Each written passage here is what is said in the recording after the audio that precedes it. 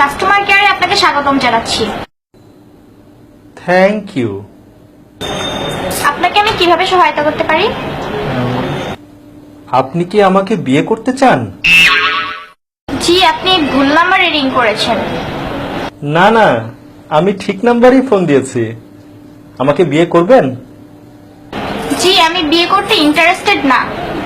Love marriage করলে honeymoon করব সুইজারল্যান্ডে, আর অ্যারেঞ্জ ম্যারেজ করলে হানিমুন করব প্যারিসে। Not interested. কোর্ট ম্যারেজ করলে 10,000 টাকা বিয়ে করতে পারেন, আর যদি নর্মাল ম্যারেজ করেন তাহলে 20,000 টাকা। জি, আমি তো আপনাকে বিয়ে করতে ইন্টারেস্টেড না, তাহলে কেন আপনি আমাকে বারবার অফার করছেন? বিয়ে করলে প্রতি সপ্তাহে আপনাকে সিনেমা দেখাতে নিয়ে যাওয়া হবে। আপনি বুঝেন না আপনাকে আমি বিয়ে করতে ইন্টারেস্টেড না। আপনাকে সিনেমা হলে পপকর্ন খাওয়াবো। আমি তো আপনাকে বিয়ে করব না, তারপর কেন আপনি আমাকে বিরক্ত করছেন? অফারের পর অফার দিয়েই যাচ্ছেন। এখন বুঝতে পেরেছেন আপা আমাদের কষ্টটা?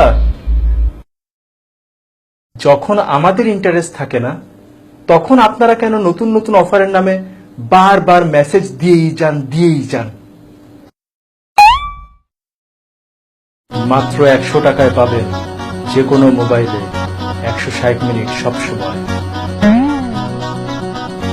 কথা বলুন 1 পয়সা পার সেকেন্ড কল রেটে, মেয়াদ 30 দিন। রিচার্জেই ব্যাকপ্যাক। আজকেই একবারে 500 টাকা রিচার্জ করে জিতে নিন ব্যাকপ্যাক। অফারের মেসেজ পেতে পেতে মেসেজের প্রতি অভক্তি এসে গেছে। অফারের মেসেজে পুরা মোবাইলের মেমোরি কার্ড ফুল হয়ে যায়, ডিলিট করতে করতে ঘন্টার পর ঘন্টা পার হয়ে যায়।